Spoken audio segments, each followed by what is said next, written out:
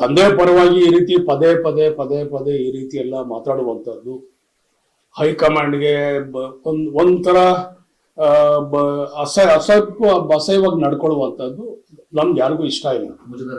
ಬೇರೆ ಯಾರಾದ್ರೂ ನಾಯಕರು ಬೇಕಾದ್ರೆ ಹೇಳಲಿಬೇಕಾದ್ರೆ ಬೇರೆ ಯಾರಾದ್ರೂ ನಾಯಕರು ಹೇಳಲಿಬೇಕಾದ್ರೆ ಅದಕ್ಕೊಂದು ಗೌರವ ಇರ್ತದೆ, ಅದರದೇ ಆದಂತ ಒಂದು ಬೆಲೆ ಇರ್ತದೆ. ನೀವು ನಾವು ನಾನು ಸೇರಿಸಿ ನಾನೇ ಹೇಳ್ಕೊಳ್ತಾ ಇದ್ದೀನಿ, ದಯವಿಟ್ಟು ನಿಮ್ಗೆ ಪ್ರೀತಿ ಇದೆ ಎಲ್ಲಾರ್ಗು ಮಕ್ಕಳಿಗೆ ತಂದೆ ಮೇಲೆ ಪ್ರೀತಿ ಇರ್ತದೆ, ಪ್ರೀತಿ ತಂದೆ ಮೇಲೆ ಇರ್ತದೆ, ತಂದೆ ಮಗನ ಮೇಲೂ ಪ್ರೀತಿ ಇರ್ತದೆ. ಇದು ರಾಜಕಾರಣ ಸರ್. ಇದು ರಾಜಕಾರಣದಲ್ಲಿ ನಾವೆಲ್ಲರೂ ಕೂಡ ಶಿಸ್ತಾಗಿ ನಾವು ನಡ್ಕೊಳ್ಬೇಕಾಗ್ತದೆ.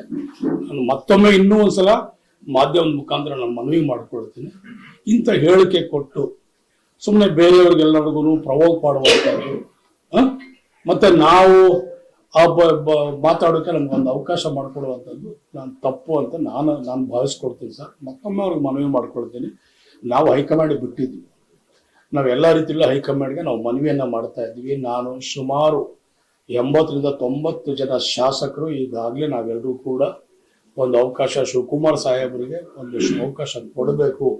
ಮುಂದೆ ಚುನಾವಣೆಯಲ್ಲಿ ಅವರ ಒಂದು ನೇತೃತ್ವದಲ್ಲಿ, ಸಿದ್ದರಾಮಯ್ಯ ನೇತೃತ್ವದಲ್ಲಿ, ಇಬ್ಬರ ನೇತೃತ್ವದಲ್ಲಿ ನಾವೆಲ್ಲರೂ ಕೂಡ ಚುನಾವಣೆಯನ್ನು ಮಾಡಬೇಕು, ಮತ್ತೆ ನಮ್ಮ ಪಕ್ಷ ಅಧಿಕಾರಕ್ಕೆ ಬರಬೇಕು ಕರ್ನಾಟಕ ರಾಜ್ಯದಲ್ಲಿ ಅಂತ ಹೇಳಿ ನಾವೆಲ್ಲರೂ ಕೂಡ ಆಸೆ ಪಡ್ತಾ ಇದ್ದೀವಿ. ಸಿದ್ದರಾಮಯ್ಯನವರ ಹಠದಿಂದ ಈ ತರ ಗೊಂದಲ ಹಠದಿಂದ ಗೊಂದಲ ಯಾರ ಹಠದಿಂದ?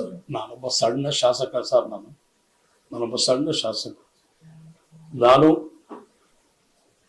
ಅವರು ಕೊಟ್ಟಂತ ಸೇವೆ ಕೂಡ ಅಳಿಲು ಸೇವೆ ನಮ್ಮ ರಾಜ್ಯಕ್ಕೆ ಸಾಕಷ್ಟು ಇದೆ ಸರ್.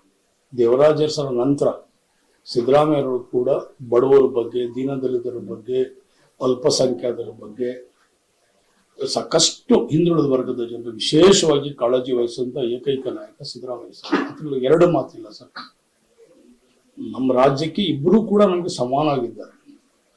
ನಮ್ಮ ಆಸೆ ಒಂದು ಅವಕಾಶ, ನೀವು ಆಗಿದ್ದೀರಿ, ನೀವು ಆಡಳಿತ ಕೊಟ್ಟಿದ್ದೀರಿ, ಒಂದು ಕೀರ್ತಿ ತಂದಿದ್ದೀರಿ, ಒಂದು ಗೌರವ ತಂದಿದ್ದೀರಿ, ನಾವಿಲ್ಲ ಅಂತ ಹೇಳಲ್ಲ. ಇವ್ರಿಗೊಂದು ಅವಕಾಶ. ಇಂಥ ಸಂದರ್ಭದಲ್ಲಿ ನೀವು 7 ವರ್ಷ, ಮೊದಲೊಂದು 5 ವರ್ಷ ತಾವಿದ್ದೀರಿ, ಈಗೊಂದು 2 ವರ್ಷ ರಾಜಭಾರ ಮಾಡಿದ್ದೀರಿ, ಒಳ್ಳೆ ಹೆಸರು ತಂದಿದ್ದೀರಿ. ಅದ್ರಲ್ಲಿ 2 ಮಾತಿಲ್ಲ. ಆ ಗೌರವಕ್ಕೆ ತಕ್ಕಾಗೆ ನಾವು ಕೂಡ ಈ ಒಬ್ಬ ನಾಯಕನಿಗೆ, ನಮ್ಮ ಡಿ ಕೆ ಶಿವಕುಮಾರ್ ಸಾಹೇಬರಿಗೆ, ನಮ್ಮ ನಾಯಕರಿಗೂ ಕೂಡ ಒಂದು ಅವಕಾಶವನ್ನ ಕೊಡಿ, ಸಮಾನವಾಗಿ ತಾವೆಲ್ಲರೂ ಕೂಡ ನಡ್ಕೊಳ್ಳಿ. ಸಮಾನವಾದಂತ ನೀವೇ ಹೇಳ್ತೀರಿ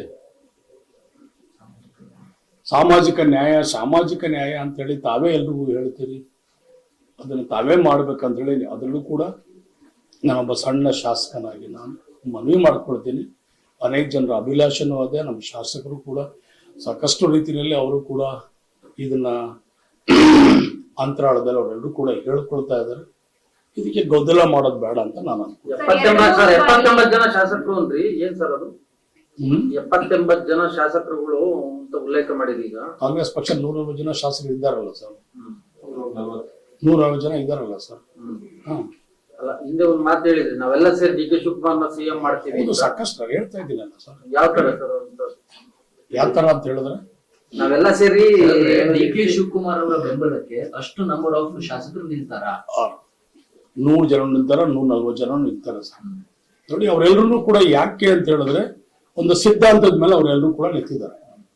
ನಾವು ಗೊಂದಲ ಸೃಷ್ಟಿ ಮಾಡಬಾರ್ದು, ನಾವು ಪಕ್ಷವನ್ನ ಹೊಡಿಬೇಡ್ದು, ನಾವು ಅವ್ರ ಪರ ಇವ್ರ ಪರ ಅಂತ ಹೇಳಿ ಗೊಂದಲ ಮಾಡಬೇಡ್ದು ಅಂತ ಹೇಳಿ ಎಲ್ರೂ ಮನಸ್ಸಲ್ಲೂ ಇದೆ. ಎಲ್ರಿಗೂ ಆಸೆ ಏನು ಅಂದ್ರೆ ನಾವೆಲ್ಲರೂ ಕೂಡ ಸಮಾನವಾಗಿ ನಡ್ಕೋಬೇಕು, ಈ ಶಿವಕುಮಾರ್ ಅವ್ರಿಗೊಂದು ಅವಕಾಶ ಬೇಕು ಅನ್ನೋದನ್ನ ಮನಸ್ಸಲ್ಲಿ ಎಲ್ಲರೂ ತುಂಬಿಕೊಂಡಿದ್ದಾರೆ.